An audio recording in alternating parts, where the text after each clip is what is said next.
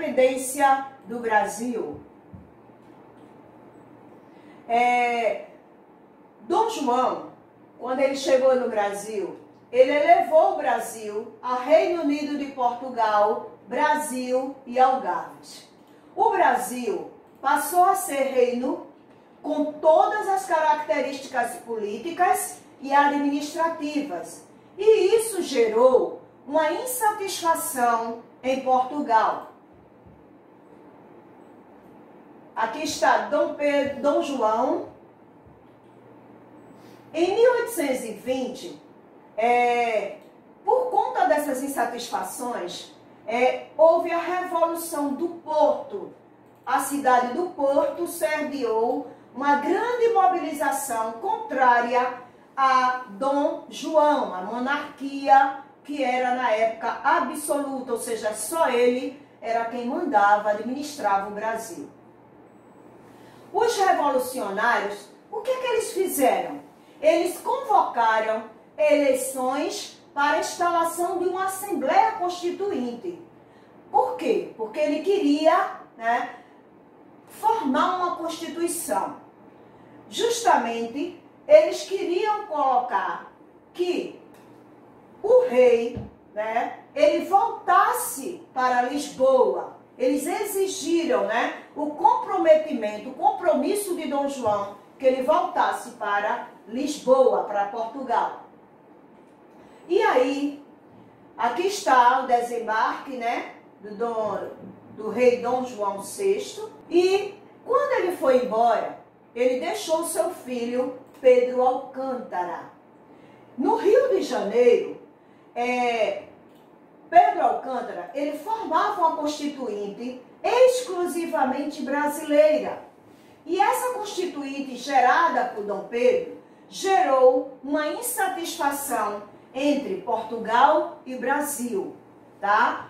Dom João foi embora, deixou seu filho assumiu o posto, aqui no Brasil e começou a, com um grupo que o ajudava, ele simplesmente começou a criar uma constituinte exclusivamente brasileira, que não fosse, tivesse autoridade de Portugal.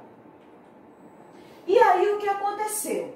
Essa Assembleia, quais eram os objetivos dela? Era a independência política, do Brasil, que eles ficassem, o Brasil estivesse sem ser dominado por Portugal. Eles queriam também o controle da economia do Brasil. Eles queriam também o fim dos altos impostos que Portugal cobrava aos comerciantes, aos senhores colonos aqui no Brasil. As cortes portuguesas não aceitaram essa constituinte brasileira e ordenou que Pedro Alcântara voltasse imediatamente para Portugal. Então, em 9 de janeiro de 1822, Pedro Alcântara, ele promulga, ele divulga ao povo algo que ele resolveu. Ele não aceitou a volta dele para Portugal, como Portugal estava exigindo. Então, ele resolveu ficar no Brasil. Então, ele ele vai para o paço, ele chega diante do povo e diz o seguinte: se é para o bem de todos e a felicidade geral da nação, estou pronto. Diga ao povo que eu fico. Então, Dom Pedro, quando ele declara isso, este dia fica conhecido como o dia do fico. E a partir daquele momento, ele começa, a tomar atitudes para a independência do Brasil. E aí o que é que ele faz? Vamos ver. Ele, primeiro ato dele, ele retorna as tropas portuguesas, faz a organização da Marinha de Guerra, todas as medidas impostas por Portugal só teriam valor se assinada por Dom Pedro e a convocação de uma constituinte brasileira. E aí, no dia 7 de setembro de 1822, há a proclamação da independência do Brasil. E aí, Dom Pedro, após a proclamação, Dom Pedro de Alcântara, ele foi coroado, tá, como imperador do Brasil e passa a ser chamado Dom Pedro I.